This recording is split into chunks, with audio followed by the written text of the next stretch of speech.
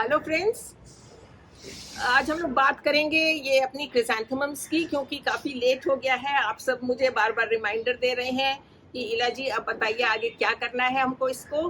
तो actually let इसलिए हो गया फ्रेंड्स, क्योंकि ये मार्च का महीना है और मार्च के महीने में आप सब जानते हैं कि बगीचे में कितना काम होता है। पुरानी जो जाड़ों के हमारे थे वो ख़त्म हो रहे हैं, सब्जियां भी फल भी उनको देखना है, उनको निकालना है और बीजों को कलेक्ट करना है। और जो गर्मियों की सब्जियां हैं उनके बीज लगाने थे, नहीं तो फिर हम लोग गर्मियों की सब्जियों के लिए और फूलों के लिए लेट हो जाते। बल्ब्स लगाने थे, बहुत काम होता है, आपको पता है बगीचे में। उसमें थोड़ा सा डिले हो गया और बीच में मैंने कुछ वीडियोस डाली, तो क्योंकि मुझे ऐसा लगा कि those were important topics relevant थे टाइम के हिसाब से, नहीं तो उसको डिले हो जाता। कोई बात नहीं, अब हम लोग इस पे आते हैं। ये देखिए, ये हम लोग ने लगाए थे सैपलिंग्स, कुछ हफ्ते पहले कटिंग्स लगाई थी। अब ये खूब अच्छे भर के तैयार हो गए हैं, खूब अच्छी इसमें ग्रोथ हो गई है, वेरी हेल्दी, कोई इसमें डिजीज नहीं है, कुछ नहीं है। और ये हमने, आपको याद होगा, रेत में लगाया था, सिर्फ रेत थी इसमें, जमुना सैंड हमने स्टेलाइज करके लगाया हुआ था इसको। और इसको छां में रखा था, धीरे धीरे सेमी शेड में ले आए थे, तो ये खूब अच्छे ग्रीन और हेल्दी हैं। इसमें मैंने आज, जैसे मैं सवेरे वीडियो बना रही हूँ, तो मैंने इसमें शाम को पानी डाल दिया था, क्योंकि कभी भी जब हम अपना प्लांट, इसको कोई भी सैपलिंग ट्रांसप्लांट करेंगे, तो जो सॉइल वो है वो मॉइस्ट होनी चाहिए जिसमें आप निकालेंगे, और जिस सॉइल में आप लगाएंगे वो सॉइल भी मॉइस्ट होनी चाहिए। तो आप देखते हैं इसको हम किस तरह से, प्रोसीजर इसका क्या है। इसके लिए हम लेंगे सबसे पहले 4 इंच का गमला। मैं आपको बताना चाहूंगी कि जो क्रिसैंथेमम्स या गुलदाउदी है, those are very very heavy feeders, इसलिए हम लोग बार बार प्रोसेस करते हैं उसको छोटे गमले से शुरुआत करके। और जब अल्टीमेटली अगस्त सितंबर में हम बड़े गमले में लगाते हैं, 10 इंच के गमले में या 12 इंच के गमले में, तब तक उनको ट्रांसप्लांट करते करते काफी खुराक मिल जाती है। और चूंकि हम उनकी पिंचिंग करते रहते हैं, तो एक ही गमले में आप एक पौधा जब लगाते हैं तो वो भर के निकलता है, और एक ही पौधे में 100-150 फूल निकलते हैं, जो देखने में अच्छे लगते हैं। ये उनका राज है। तो आइए देखते हैं सबसे पहले क्या लेना है हमको। इसके लिए हमें चाहिए एक 4 इंच का गमला। शुरुआत में जब हम ट्रांसप्लांट करेंगे अपनी सैपलिंग, तो हम 4 इंच के गमले में करेंगे, एक साफ स्टेलाइज किया हुआ गमला, और उसमें हम ये गिट्टी नीचे का सुराख बंद करने के लिए लगा देंगे।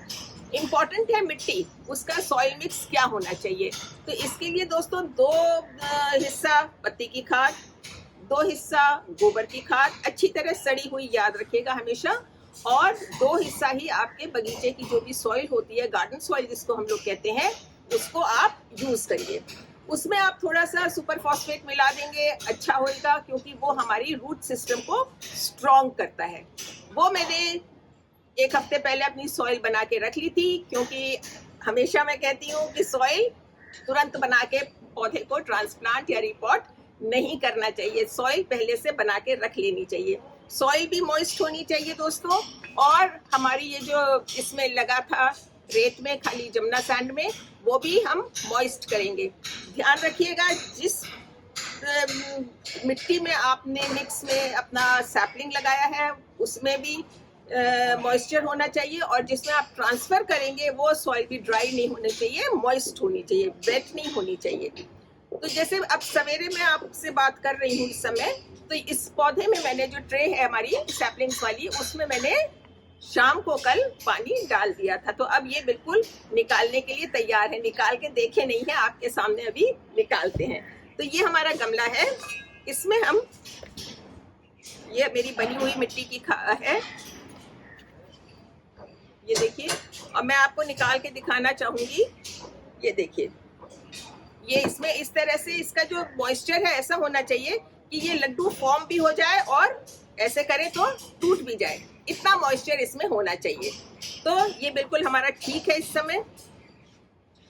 ये हमने बना लिया, इसको गमला हमने भर लिया। तो मिट्टी भरने के बाद दोस्तों गमले को ठोकिएगा जरूर 1-2 बार, जिससे कि एयर पॉकेट्स जो भी इसमें है वो निकल जाए। ये हमारा है। अब हम एक ये स्पैचुला टाइप की चीज लेंगे या खुरपी लेंगे। पौधे को कभी भी दोस्तों यहाँ से टहनी से पकड़ के इसकी ब्रांच इससे तने से पकड़ के मत खींचिएगा कभी भी, क्योंकि फिर रूट डैमेज हो सकती है या आसपास की भी रूट्स खराब हो सकती हैं। हमेशा किसी चीज की मदद से, पतली खुरपी से या स्पून से या इस तरह का कोई स्पैचुला आपके पास है, उससे पौधे को निकालिएगा। अब देखिए निकालते हैं एक,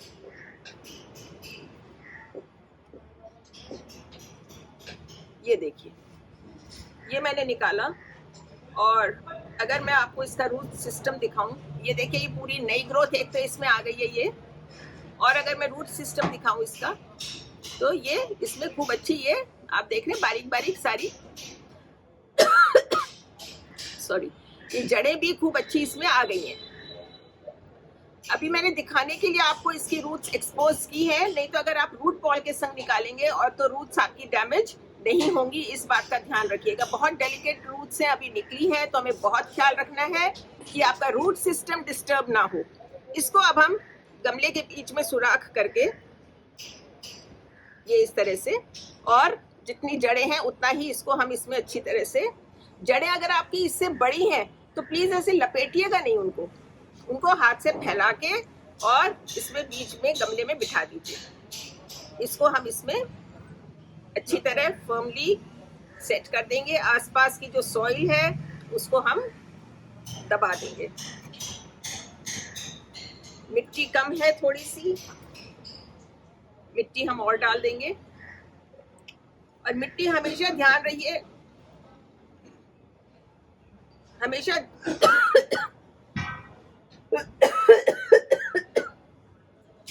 हमेशा इस बात का ध्यान रखिएगा कि मिट्टी गमले के रिम से कम 1 इंच नीचे हो, जिससे कि आप इसमें जो भी खाद या ऊपर से टॉप ड्रेसिंग करेंगे उसके लिए हमेशा पानी देने के लिए इसमें जगह होनी चाहिए। ये हमने इसमें अपनी सैपलिंग लगा दी है। नीचे की आप पत्तियां तोड़ सकते हैं, उनकी हमें जरूरत नहीं है, और तोड़ देनी भी चाहिए। मिट्टी में बिल्कुल भी पत्तियां नीचे की लगनी नहीं चाहिए। ये अब हम इसमें बहुत आराम से पानी दे देंगे, चारों तरफ से गीला कर देंगे। अब इसी तरह हम बाकी के भी हमारी जितनी सैपलिंग्स हैं उनको ट्रांसप्लांट कर लेंगे, ये 4 इंच के गमलों में। इसको अब हम छांव में रखेंगे, धूप में नहीं रखेंगे, सेमी शेड में पेड़ के नीचे इस तरह से कहीं रखेंगे। और पानी का ध्यान रखेंगे, मॉइस्चर मेंटेन रहना चाहिए। अभी दोनों चीजें गीली है, पानी भी डाल दिया है, गर्मी वैसे काफी पड़ने लग गई है, तो आज तो हम लोग पानी दोबारा नहीं देंगे, लेकिन कल से आप इसको, अगले दिन से आप इसका ध्यान रखिएगा कि इसमें मॉइस्चर मेंटेन रहे। पानी रुकना नहीं चाहिए, नहीं तो आपकी सैपलिंग गल सकती है, रॉट हो सकती है। जब ये स्टेबल हो जाए तो आप इसको धूप में रखिए आराम से, और ऊपर की जो नई ग्रोथ है इसकी पिंचिंग शुरू कर दीजिए। That is an very very important point. इसकी पिंचिंग शुरू कर दीजिए। आप जितनी आप पिंच करेंगे उतना ही आपका ये गमला और ये भरता चला जाएगा, पौधा बड़ा होता जाएगा, इसमें ब्रांचेस ज्यादा निकलती जाएंगी। उसके बाद में क्या करना है वो हम फिर अब अगले वीडियो में डिस्कस करेंगे। तो उम्मीद करती हूँ आपको ये प्रोसेस बहुत अच्छी तरह से समझ में आ गया होगा। जो वेट कर रहे थे वीडियो का मेरे कि कैसे इसको ट्रांसप्लांट कर रहा है, आई एम फिर से एक बार I am really sorry for the delay. आप इस प्रोसेस को अब फौरन से पेशतर कर लीजिए, जल्दी से जल्दी अपनी सैपलिंग्स को 4 इंच के गमले में लगा लीजिए, और पिंचिंग करना मत भूलिएगा, सॉइल को मॉइस्ट रखिएगा। सो आज का वीडियो अगर आपको पसंद आया हो तो लाइक करिएगा, शेयर करिएगा, और चैनल को सब्सक्राइब भी करिएगा। Take very good care of yourselves.